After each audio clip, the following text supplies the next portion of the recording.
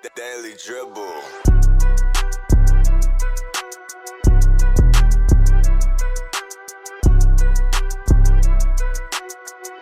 And welcome back to the Daily Dribble podcast, guys. As always, I'm your host, Nick Zammit, here back with the full squad this week for another massive episode.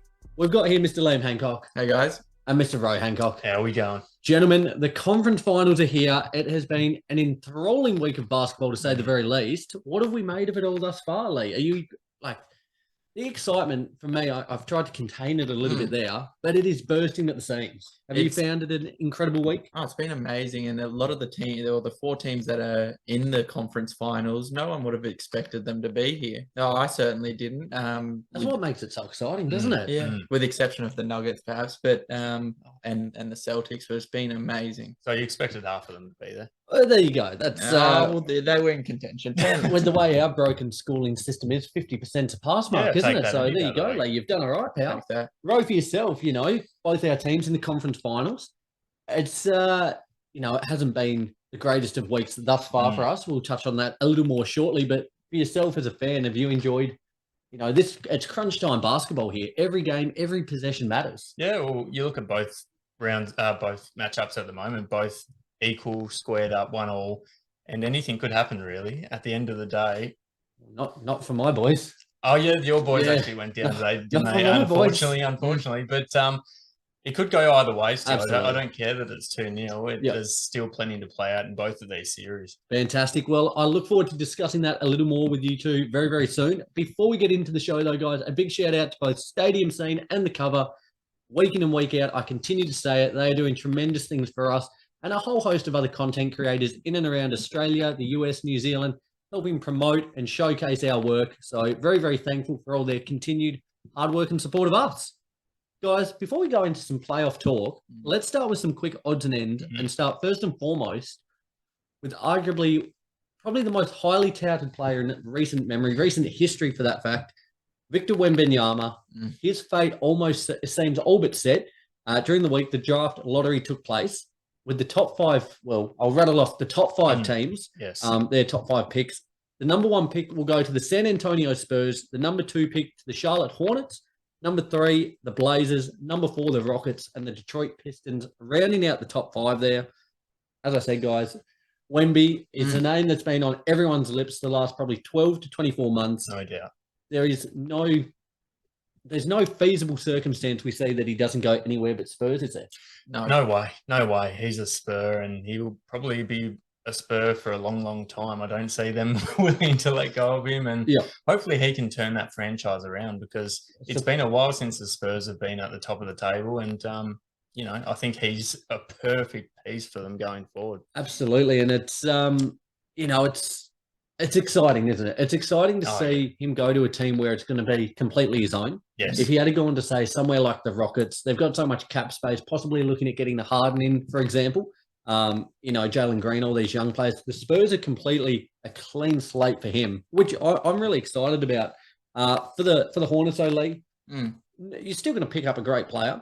Be interesting to see which route they go. If they go the Scoot Henderson route, or they go a different avenue. We'll certainly Andre Miller. We'll certainly look over the next couple of weeks to getting in some draft prospect previews. So looking forward to doing that. But the news that came out was Michael Jordan lost a small fortune. 750 mil. Had the Hornets have got the number one pick, their value would have increased by $500 million, and thus, due to his share in the franchise, his net worth would have increased $280 million. Ouch! Just back pocket. I gotta say, I think this second pick is going underrated. Let me just. What do we got here? What do we got here? He's repping the boys. He's brought out the merch. Oh my goodness! I tell you what, we didn't see much of this merch throughout the regular season. This draft lottery, I tell you what, has given me faith to put this back on. Of course, initially, as a Hornets fan, and most Hornets fan would have been disappointed we didn't get Wemby number one, but you've got to look at it from a different perspective, and you've got to count your blessings. At least we're not the Pistons, who fully tanked this season. Yeah, pissed it away, didn't they? And they got fifth. Granted, they didn't have their star piece for the majority of the season in Cade Cunningham there. But you're absolutely right. Yeah. It's Did they have equal most chance of taking that number one pick? And to fall to 5, that's just worst case scenario for them. The big thing that's going to be interesting, and it's been reported over the last couple of days, though, is the number 3 pick with the Portland Trailblazers. Now, reports coming out over the last couple of days suggesting that they're going to shop this heavily. They're going to shop this pick to the nth degree and try and secure another star to be Dame's running mate and really make what is almost like a last hurrah or a last big push with Dame at the helm for a title in Portland. What do you make of that? What do you think that's the right avenue for the Portland Trail Blazers? I'm really struggling with this one because on one hand, I think it is purely for the fact they owe it, you know, how loyal Dame's been. They owe him one more chance at really having a red hot dip at it. On the other hand, from a franchise standpoint, you know, is another star dependent on who it is with Dame? Is that enough to get you there? And you're really mortgaging your future after that. And my thoughts on it are that it's not enough. I don't care if they shop that and they get a quality player in return. And as much as I love Dame, it's just not going to be enough to get them over that hump to be in true contention. Absolutely. If I were the Portland Trailblazers, I'd take this 3rd pick and run. And if Dame decides to leave, you know, that's awful news for them. But at the end of the day, it's probably been sort of like a long time coming almost. The writing's been on the wall quite a while now, hasn't it? It has been. And that could be the start of their rebuild, come in with a Scoot Henderson or a Miller or whoever the case is. Yeah, I reckon they should keep it. I've got a question for you. In terms of my boys Hornets, who do you guys think they should take it to? Quality wise, I think they should take. I think Scoot's the better player. Absolutely. But I don't think he necessarily fits in as much as with LaMelo kind of the lead ball handler there. It doesn't really make sense. We'll probably over the next couple of weeks have to have a bit of a deeper look and deeper analysis of the draft outside of those top couple of players, Bates, Henderson, Victor, of course, lacking a little bit of knowledge in that area. So we'll certainly probably have a better answer for you in a couple of weeks' time. But the Scoot one's interesting. I saw something suggested the other day. If they go the Scoot route, do they just full send it and ditch LaMelo? Do they look to offload him? There's probably teams that would certainly vie for his signature. Do they kind of throw in the towel early on the LaMelo Bowl experience with his injury troubles as well? I don't know. First of all, you've got to take, at least if I'm the Hornets GM, I'm taking Scoot. If you've got a top 3 pick, you've got to take the best player available instead of course, Brandon Miller's going to suit us better. He's a long wing that can shoot, and we need that. I think I've been calling him Andre Miller. You have been. Well, could they look to shift down in the order? Maybe trade their pick down a little bit. You know, assuming that Scoot will go number 2, could they trade that number 2 pick with, say, who are we looking at there? Sorry, the top 4. Forgive me. Maybe the Rockets for the fourth pick, fourth pick. I know it's not an ideal fit, but if Wemby wasn't in this draft, Scoot would go number 1. So I'm treating this draft as if I'm getting a number 1 pick, and I'm taking Scoot Henderson. I don't even think him and LaMelo is a bad fit. We see LaMelo play with Terry Rozier, and he runs the point sometimes. LaMelo can catch and shoot. He would be good off ball. LaMelo is big enough to... Can we not use that as our reference point, Terry and LaMelo together? How did that turn out this year? I know. I'm just saying it can. But it can, yeah, absolutely. Well, can I go one better then? And I don't want to take away from what you've just asked, but I heard a question during the week proposed. One of my favourite podcasts. I don't want to plug them. We should be plugging nothing but our own podcast. But the boys over at No Dunks, there was a question raised, and it was, if you were a GM at the moment, would you rather have the number 1 pick, which is going to be Victor, or would you rather have Luka Doncic? What route do you go there? I'm going Luka Doncic. Now, Luka coming age 24 at the moment as we speak. He's made, out of his 5 seasons, he's made 4 All-NBA first teams. Incredible start to his young career, but we saw it this season with a Luka-led team. Didn't even make the play-in.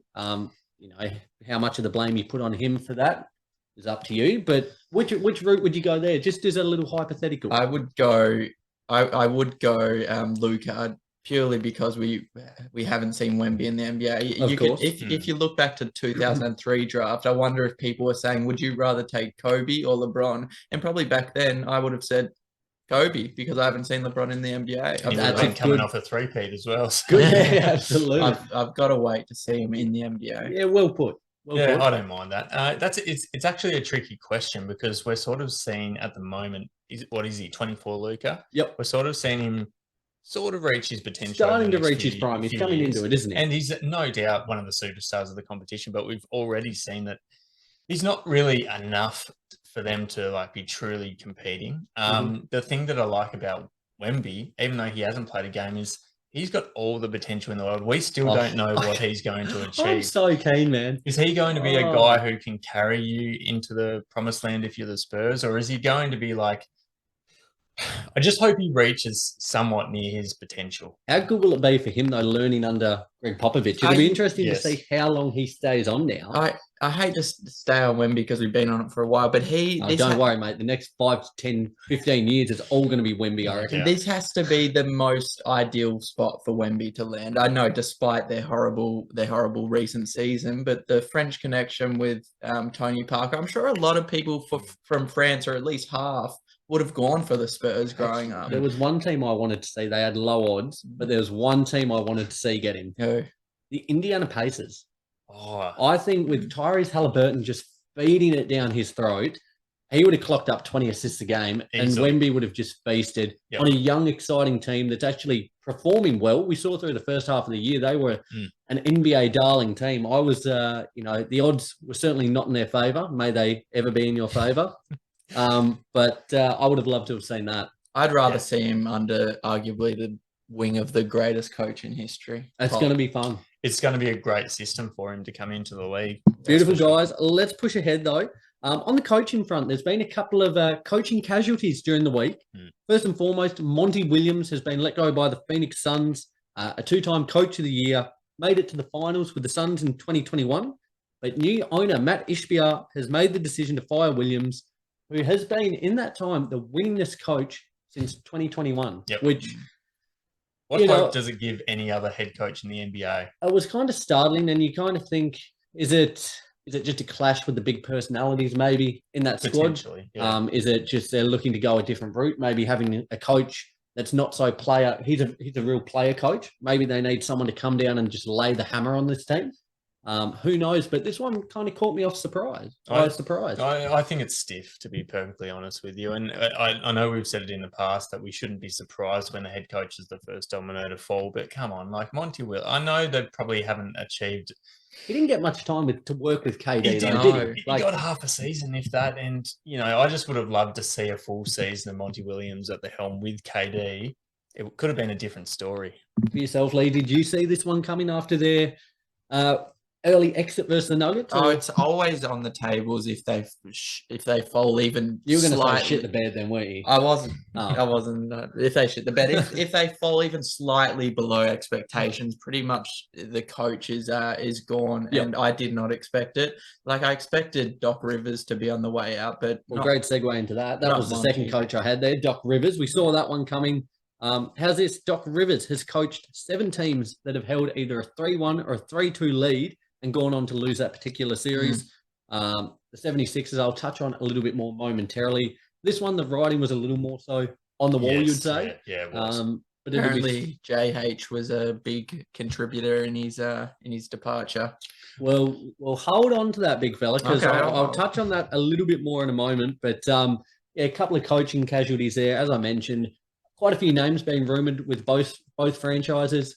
Quite a few big names in the market at the moment. Nick Nurse, Mike Budenholzer, Frankie Vogel.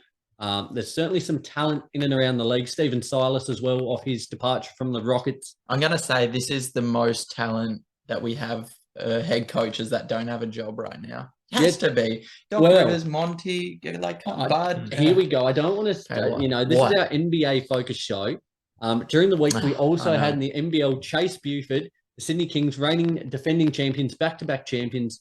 They let go of Chase Buford, so he could well be, it wouldn't be, unfeasible to see him make, maybe not straight into a head coaching role, but maybe an assistant coaching role within the NBA. I was thinking the same thing, and you wouldn't leave a 2-time championship team. Don't know if it was quite by choice.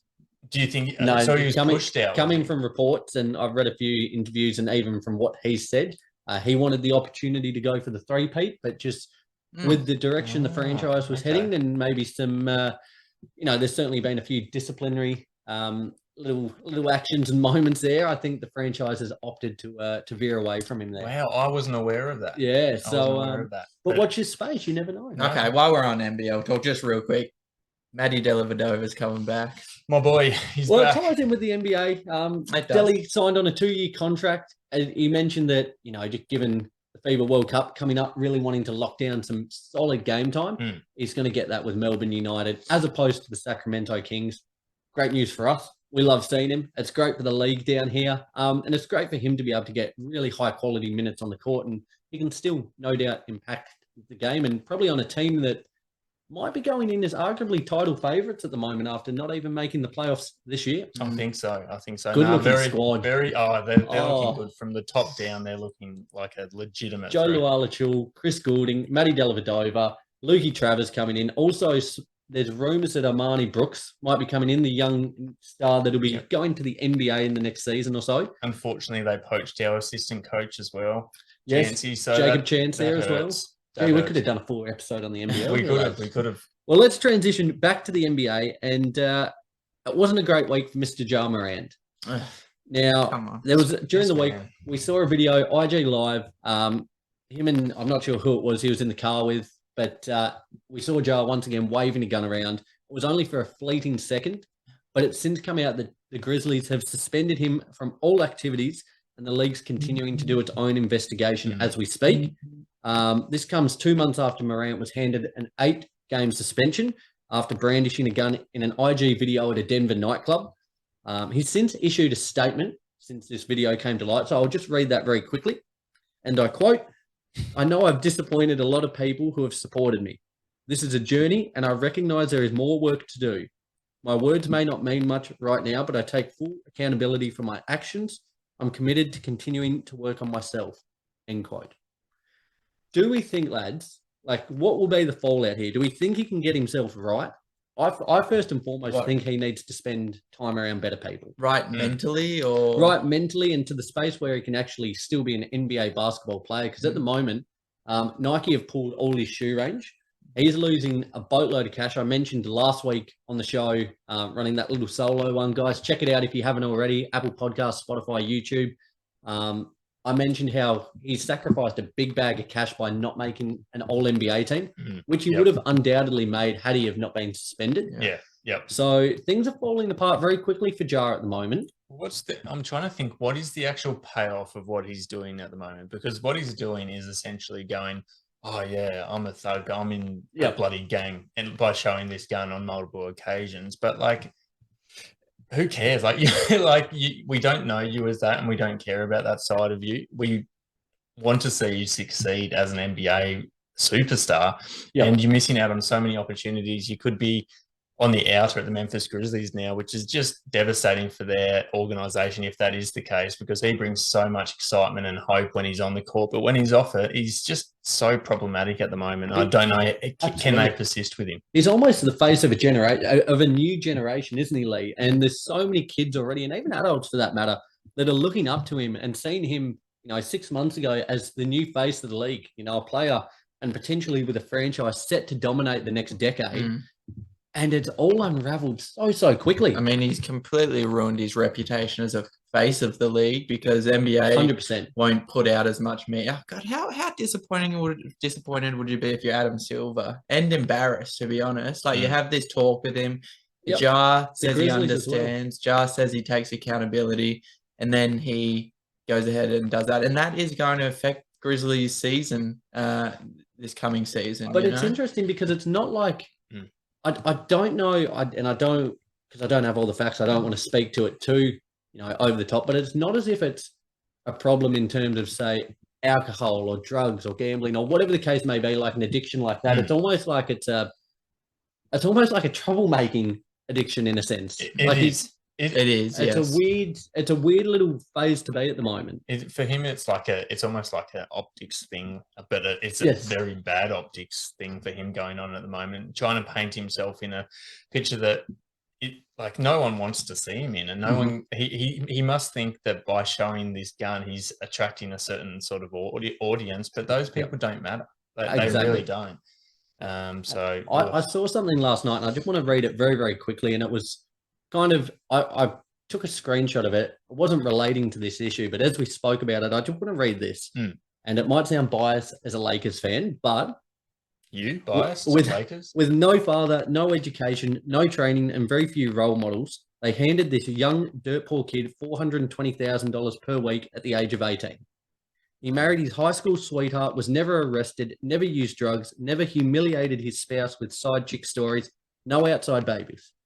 Never in the news with so much as a parking ticket, excellent father, heavily involved with his kids' activities, greatest player on the planet in the game today. 20 years later, same dude, same maturity, same chick, same family. Reputation intact and has sent thousands of kids to college fully paid for. And yet people still hate him. Why? And it just, I was just thinking about it, and it, you know, we bang out on about LeBron, and we rightly should. Everything he does, everything, the way he's carried himself, there's very few professional athletes can have that longevity and maintain such a squeaky clean record, for lack of a better word. And it's absolutely no wonder that he's been the face of the league for so long. Obviously, we know him on the court, but you also want to have a guy who is picture perfect off the court as well. And everything that you were reading then is 100% the truth. He's been picture perfect optics-wise. He's been just a good human being from the get-go. And that's why he's been given so many opportunities. But as you were saying, there's still people who find a reason to dislike that guy, and I'll never be able to get my head around it. Well, with Ja then, I'll pose it to you fellas both before we move on. Do we take it to the baseball analogy? Is it 3 strikes and you're out for Ja, do you think? Or how do you think it plays out? Do you think they give him another chance, possibly send him back to rehab or to therapy or counselling, whatever it may be? You know, where does it go from here, do you think, just on a whim? It depends if we're talking about him individually and mentally, or his consequences, because his consequences are going to be far, far greater than the 8-game stint that he got. And that was still pretty, I mean, 8 games is a long, long time in the NBA. It's enough to cost him $30-40 million. I don't know what they're going to do, and I don't know what they should do. I don't have an answer. I think, look, I think you do have to give him another chance, but goodness me, if he makes that mistake one more time, which really he shouldn't, but we said that after the first time as well, I think his time in the league might expire, and that's just, it's sort of doesn't even sound real to say, because we've thought of this guy as being like the next face of the league alongside Luka and these other guys, but who knows, if he does that again, he could be out. Just saying, if it was anyone but Ja and a lower caliber player, first time they might have been all right, second time they're probably out the league. I was just laughing. I've seen a couple of things over the last few days about Dwight's trying to attract pretty much half the NBA to Taiwan. That's actually the best thing that's been going on. That was amazing. It's had me in absolute stitches, some of it. No, tried to recruit KD. Yeah, imagine just seeing that, like Ja Morant, the face of the league. The year later, he's hanging out in the Shandong Sharks or something. Unbelievable stuff. 7 points, yeah. Huge stuff. Guys, let's push ahead. Daily Dribble. Now, I just wanted to speak on these teams very, very quickly. During the week, we saw both the Golden State Warriors and the Philadelphia 76ers bow out in the conference semifinals. Just want to have a little quick chat about what happens with both franchises now. So for the Warriors, they went down in 6 games versus the Lakers, and now begins the question that we've heard since that demise. Is this dynasty run over? Now, from all intended reports over the last couple of days, they intend to keep this core moving forward, but there's certainly going to be some tweaks along the way. Now, Klay Thompson, he'll enter the last year of his contract next year worth $43.2 million, yet he's also extension eligible. From latest reports, the Warriors are set to offer him that extension, but with a big pay cut, just to give them a little more flexibility. That's fair. And according to these same reports, despite a really poor playoff series for Jordan Poole, he has the complete and utter backing of Steve Kerr still. So here comes the question, fellas. Is it just, they were off in that series? Do they run it back, or do they try and look for a new direction now? And we pose these same questions even at the start of last year. But how do we feel about it now, fresh off their defeat? I think they're going to maintain their main core, but I think there might be some refining around the edges. For example, I don't think Kuminga is going to be there next season. I think he's. You don't reckon? I think and I've heard that he wants a bigger role, which is understandable because he's capable of it. Maybe Moses Moody might leave. I mean, Iguodala isn't going to be there because he's. Now, can we just clarify? Has he?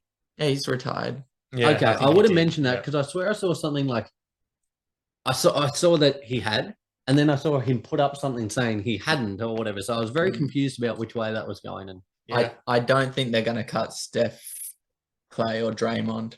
Draymond stays. Draymond stays. Those three, I think, are definite stays. And like Wiggins? you can't get rid of Wiggins either. Yep. Yeah. Okay. He stays. I think he stays, and I think the dynasty still has, even though they've bowed out this year, I think they've still got a little bit to give because you look at the regular season as well, probably where they finished at the end of the regular season wouldn't have been as high as they would have anticipated it to be. That was due to several things, injuries, personal issues throughout the year. So it's just these unavoidable from word things. go with Draymond and Jordan Poole, Steve Kerr mentioned in his exit interview that their chemistry and morale never really quite got back on track after that bust up there. And that's a big talking point for mine because I think they're two very key guys in that on that squad. If they can't coexist, I think there's some moves to be made. And I wonder if you were to, I think we may have had this conversation before. Would you keep Draymond or would you keep Jordan Poole if you had one or the other? You keep Draymond. I think Draymond's value gets underlooked. Yeah, I what he displayed in the playoffs, he was probably one of their best players against the Lakers. It was great to see him be more aggressive on the offensive end. I would say, I would say Draymond. I'll say Draymond. You can't say Key. What are you saying, Ro?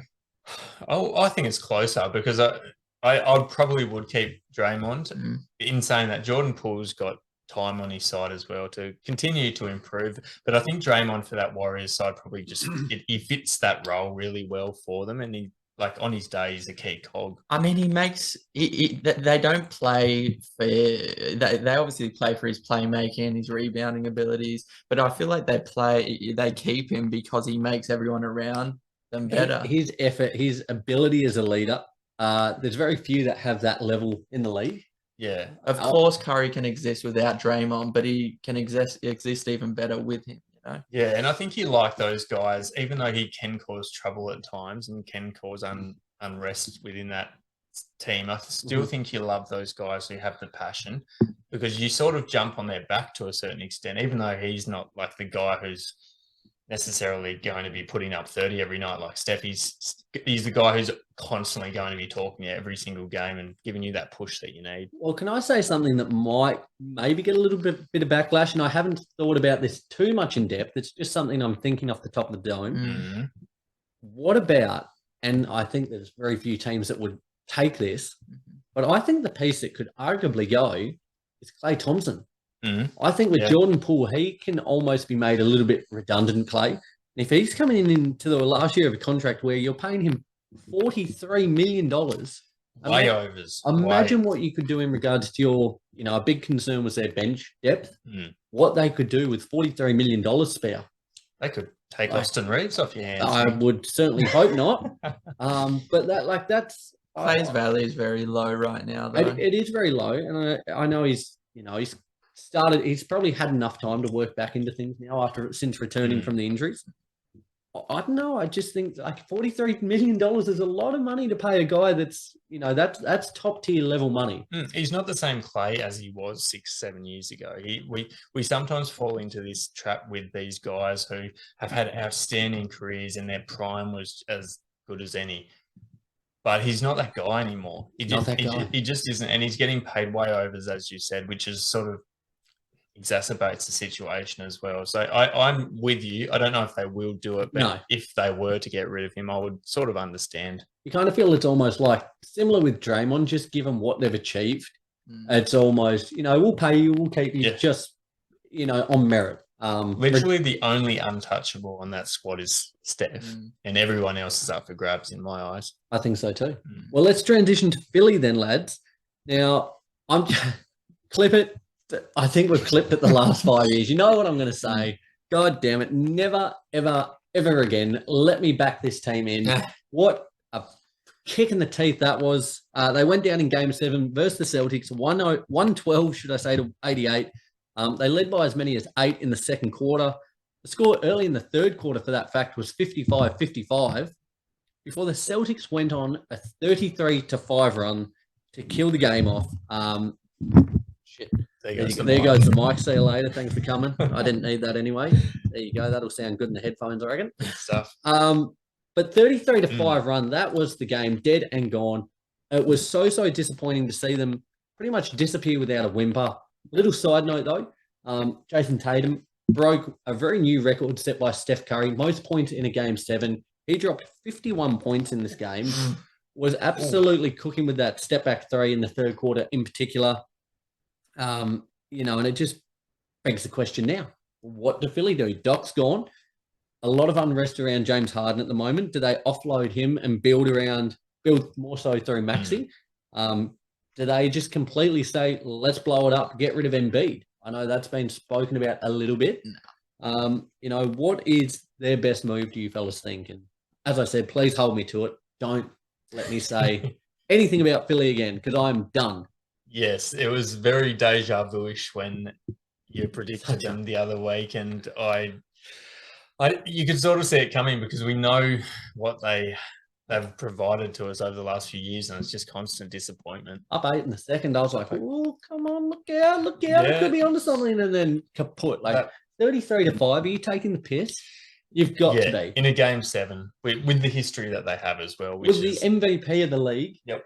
Just disgusting, awful. Really horrible. Awful, but you're right. Like, what is the go-forward approach now? And that's probably the big unknown, because we've seen reports surrounding James Harden saying he'll go, or there's a good chance that he might go back to the Houston Rockets. So that allows Tyrese to step up purely into that SG position. So the deal with Harden at the moment is he wants more money. He took a pay cut this year to enable them to sign PJ Tucker, Daniel House.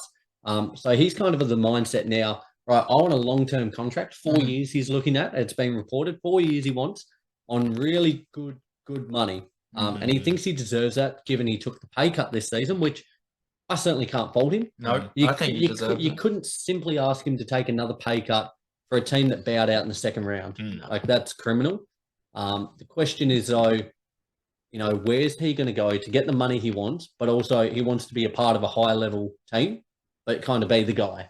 So I'm so torn of where I want to see him, because I'd love to see him and Joe succeed over in Philly. I mean, on paper they're a match made in heaven, But then I also would love to see him as that guy again, the guy at Houston. I actually don't know where I want him. Clay and Kuminga and a draft pick for JH.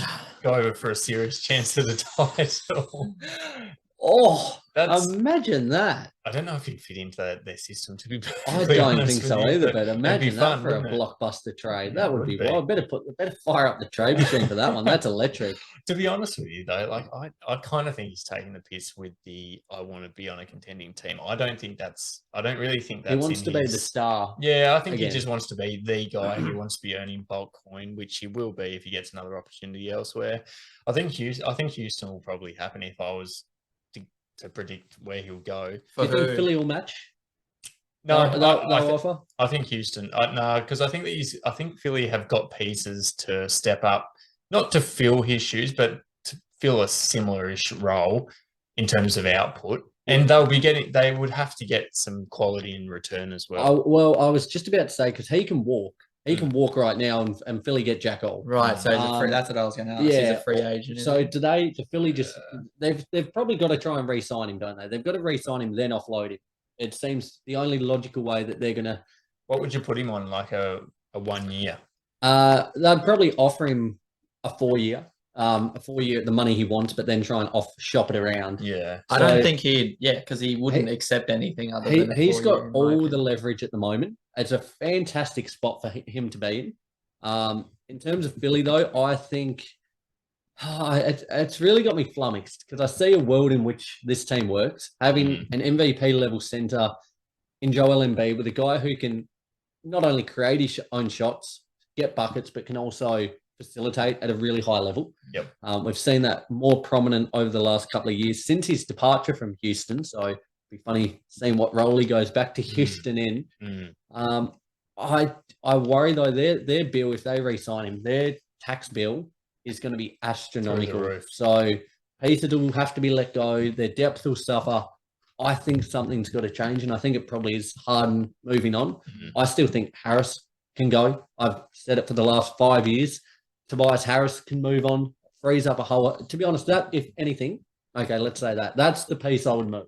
You've got to move PJ. Like he was. PJ can go. He's a plank out there. PJ and Tobias go. You build around Maxi Harden and Embiid, and see what you can do. There you go. That's what I reckon. Anytime I think of Toby Harris now, I think of that clip, Jimmy Butler walking back into the change rooms. Tobias Harris over me? I don't hate Toby. I don't hate him. He's just one of those guys. He's just a nothing. He's a bit of a he tried hard. Really. Yeah. He tried hard, but he actually he performed pretty admirably in that series. Yeah, but for the money he's getting, he doesn't warrant it. I think he does now. He didn't a couple of years ago, and I agreed with you a couple of years ago. I don't agree now. Give me some filler content while I look up what he's made this year. Just quickly, what did we make of Ben Simmons' Instagram story late in the fourth? God, I'm glad Stephen A ripped him a new one. He did, didn't he? And probably rightly so. Sitting on his couch, probably in Cancun, and he was ripping into them subtly ripping into them from his couch. But okay, here we go. Next year, how much do you think Tobias Harris will be making next season? What? How many years is it? It was a 5-year deal, 180 million. What do you think he's on next year? It probably is overs, but like 30. 30, that's your answer, bro. What have you got? Yeah, about 33, 35. Tobias Harris next season will be making $39.2 million. That's too much. It's overs. Overs. Okay. Overs. It's to the moon and back. Yeah, my man is not. But that's not his fault. No, I know. I know it's not his fault. I know it's not his fault. Fair play to him. I love that he got it. But imagine what you could do with that money off your tax bracket. Stop talking about Toby. Talk about the front office and the GM. Who signed him to that deal and why? No, exactly right. Did Daryl Morey sign him to that deal? Absolutely, he did. Absolutely. Does. But that ain't it. So Philly are in for a very big off-season, starting first and foremost with looking to sign a new coach and then delving into the James Harden situation. Another disappointing season once again. Very disappointing. No doubt. Fellas, let's push on. We got there. Oh, that was a big odds and end. Well, that was playoffs. We're going to call that a part two. That little bit. Two, right, yeah. You call it what you want to call it. Don't let the truth ruin a good story. Lads, into our conference finals. Our takeaways so far. Let's start in the Eastern Conference. Game 1 went down. What's today? Friday. It must have been yesterday, Thursday. Miami winning this one 123-116. Jason Tatum had 30 points, whilst Butler went for 35 points, 5 rebounds, 7 assists, and 6 steals. Really good start from the Heat. I thought they looked good to begin the game. The Celtics really worked their way back into it and pulled away, leading by 9 at halftime. And the Heat just went bananas. The third quarter went ballistic, winning the quarter 46-25, which essentially set up their victory. The Celtics tried to push in the fourth, but the damage was done. Too late. The big separating factor in this one for me was the 3-point shooting. Yep. Miami went 16 of 31, so 51.5%, whereas the Celtics went 10 of 29, equating to 34.5%. Yuck. Game 2 tips off tomorrow. What do you fellas think about this series now? Are you worried about the Celtics? I'll tell you what, if I'm a Boston fan, I'd be worried. Ooh. Because this game wasn't a case of both teams playing well and Miami took the edge. Boston looked in disarray. Let me say this, and I'm sure you guys... Joe Mazzulla or disagree?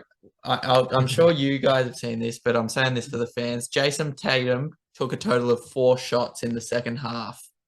Not only that, Jason Tatum took 0 shots in the fourth. That's your guy. Not only that, in the fourth, he had 0 assists. And not only that, fourth, he had 3 turnovers, 2 of them being vital. What were their travels in the last 2 minutes?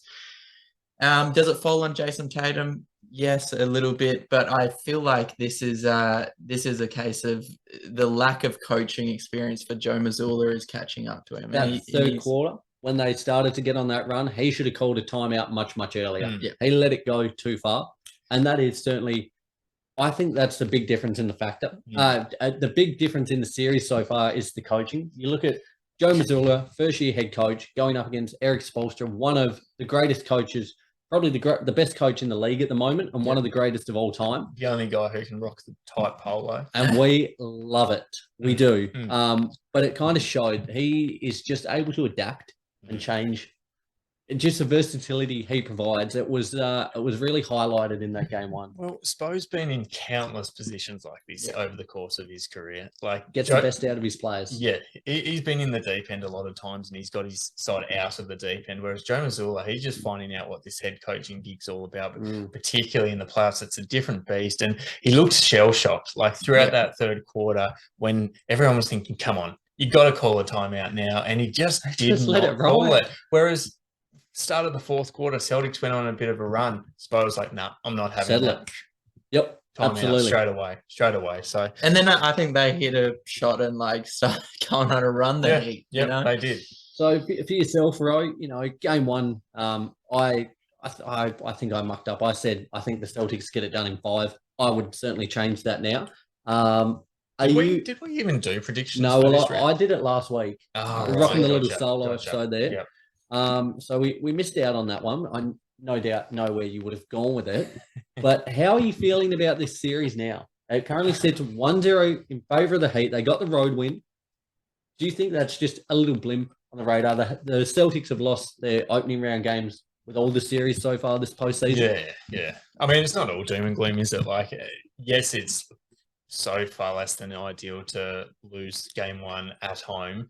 But, I mean, apart from that third quarter, we outscored the Heat by 14. So it was that third quarter that really did the damage. Yep.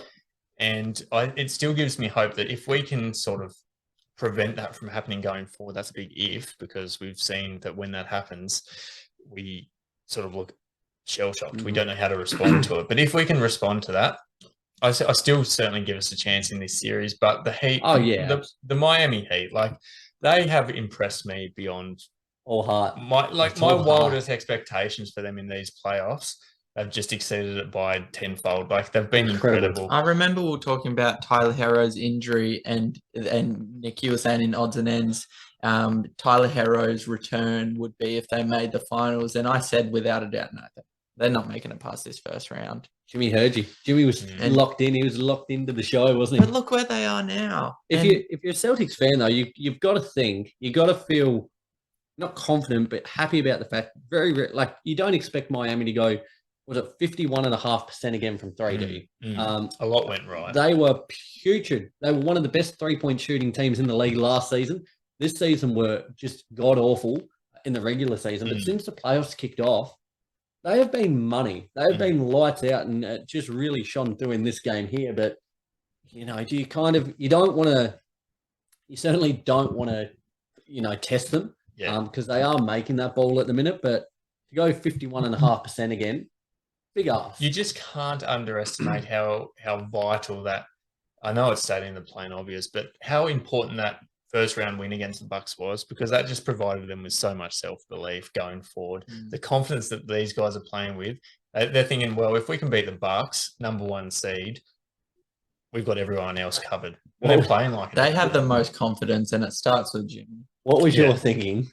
Well, so I just mentioned Jimmy Butler, 35 points, 5 rebounds, 7 assists, and 6 steals. Historic game, by the way. What were you thinking when he's barely played a minute all season, let alone the playoffs, when Peyton Pritchard comes out and Jimmy's just like, I'm going to eat you. I'm going to devour you. Surely you're sitting there thinking, oh, no, Joe, what are you doing? Like, this is not the moment, Joe. Grant Williams is not getting any game time. Yes. What a key guy for us. I was just flummoxed as to why that was playing out as it was. I don't know. He's going really rogue these playoffs. So I feel like we've made it this far, but geez, there's been some questionable coaching decisions or lack thereof from Joe Mazzulla so far, and I'm hoping he's going to learn from his mistakes going forward, because he's had a few shockers so far. Do you think, and I think so with the way the trends have been going. If the Celtics don't make it out of these conference finals, Joe Mazzulla, is he gone?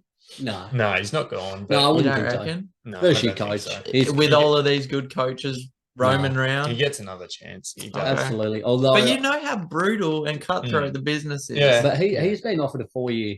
He got offered a 4-year contract, didn't he, with the Celtics? I heard something saying that might be one of the worst extensions. That might age as one of the worst extensions in NBA history, just purely giving a guy a first-time coach that long of a contract, unproven. Yeah, it seems way overs, but you also look at Brad Stevens in the back office, and I think he's Forget he's still there. Yeah, me too. he's thereabouts. He might step in with the suit again. Who knows? But he is pretty level-headed, Brad Stevens. So I don't think he's going to jump the gun too much. Yep. But Joe Mazzulla has got some work to do to get back into the good graces of particularly Celtics fans. It's tomorrow must win. Yeah, I mean, it's at Boston. It has to 100%. Yep. Because the Heat go back home full of confidence against the home rocky crowd. We don't want to talk about sweep, so we definitely need to get this next game over the line if we're the Celtics. Well, let's go, and I might change mine from my prediction last week. Okay. But give your predictions now from what you've seen. What's to play out? How do you see this series going? I think the series is definitely going to 7. And whereas Boston took the edge last year, I think the Heat are going to Head to the finals from the 8th seed. Incredible scenes. I love it. For myself, I had the Celtics in 5 last week. Let's flip that around pretty quickly. I'm going to take – I just think Jimmy is – and it's funny to say with Tatum there, with Brown, I think Jimmy's the best player in this series. I think he's – playoffs. Yep, yeah. I think we've spoken about it. He is a player who's a top 5 player in the league in the playoffs. He takes his game to a whole different stratosphere. So hence, as I said, best player in the league. I'm going to take the Heat in 6. I think getting that road win really, really helps. If they were to somehow eke out a victory tomorrow, I've got all the faith in the world in them. So Heat in 6. Oh, I wonder what my prediction would be if I was a mutual supporter. Yeah, but you're not. The fact of the matter is I'm not. So I'm saying Celtics in 7. Very, very important to get next game.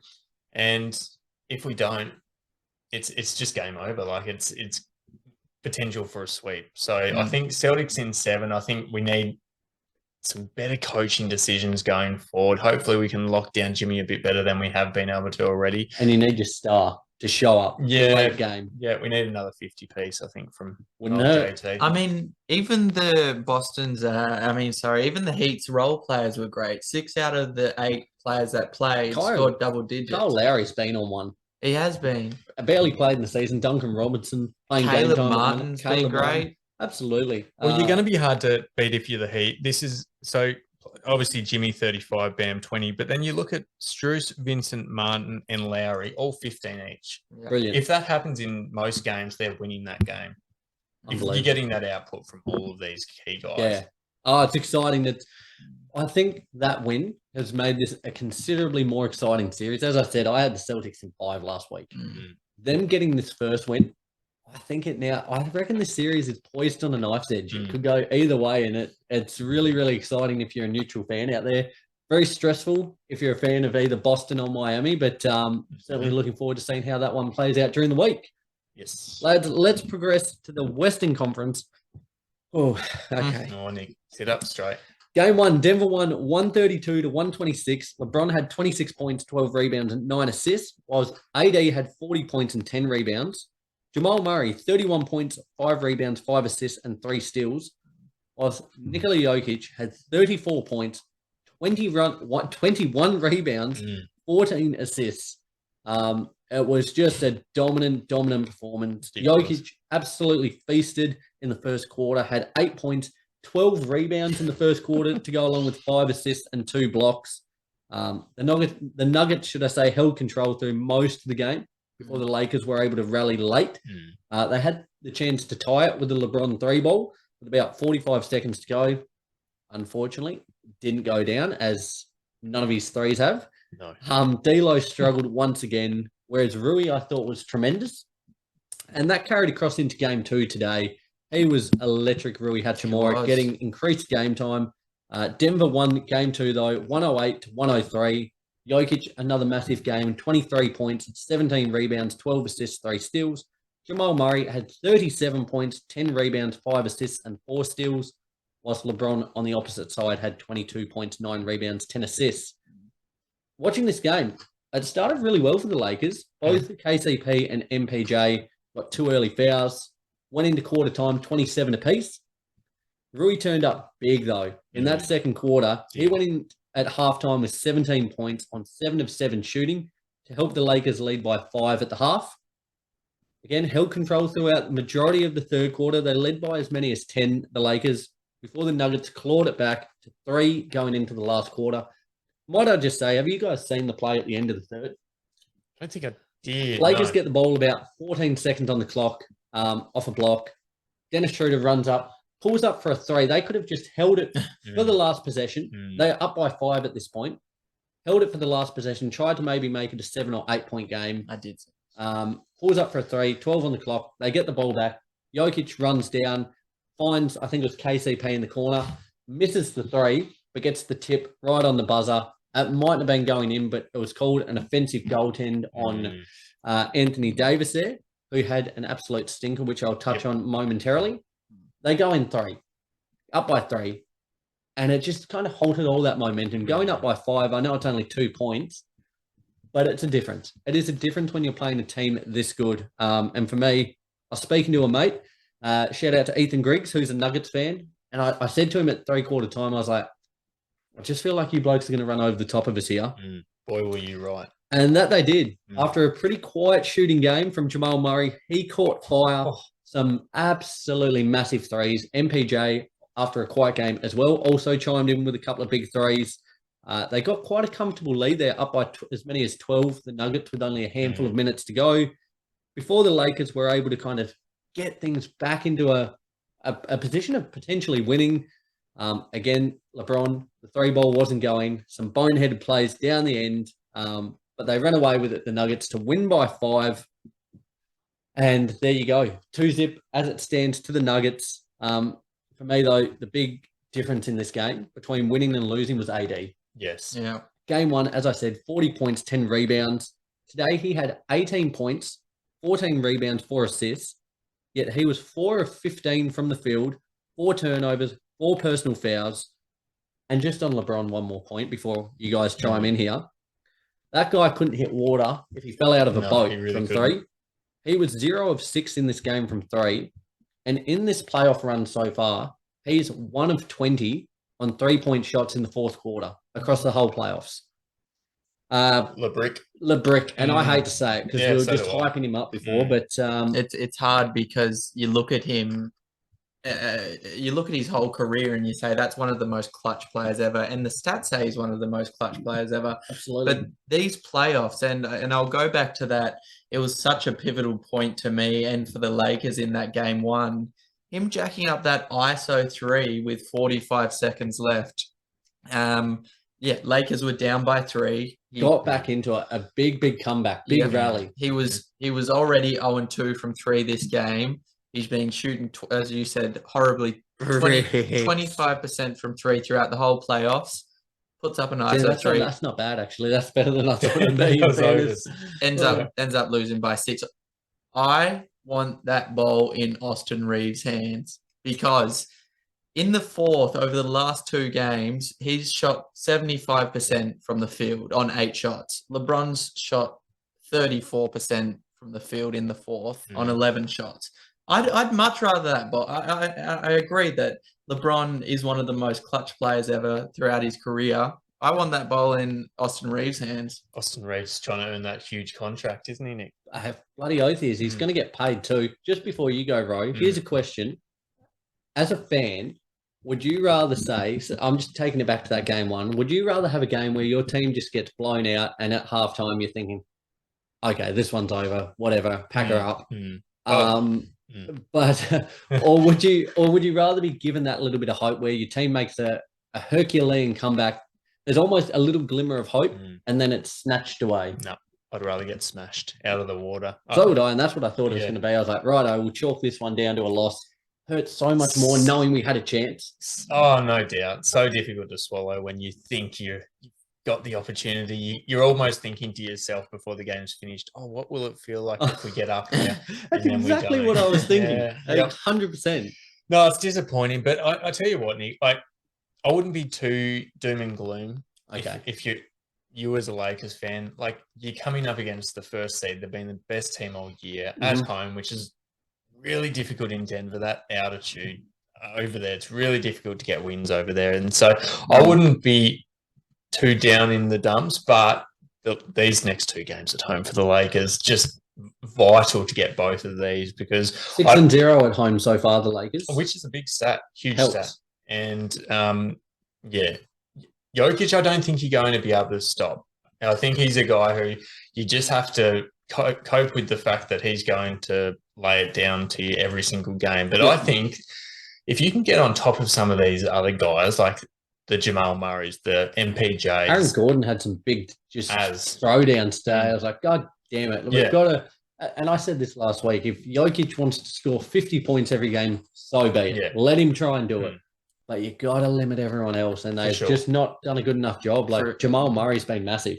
For as big as Jokic has been, I think the role players are winning this game. Again, similar to the Heat, in game 1, 6 out of the 8 players for the Nuggets scored double digits. Like, you can stop Bruce Brown. You've played with KCP. You know how he plays. You can stop KCP. But yeah, you can't stop Jokic. I will agree with that. It's tough. How do you fellas, we've seen a bit now. We've seen 2 games play out. We go back to LA on Sunday. How do you feel about this series?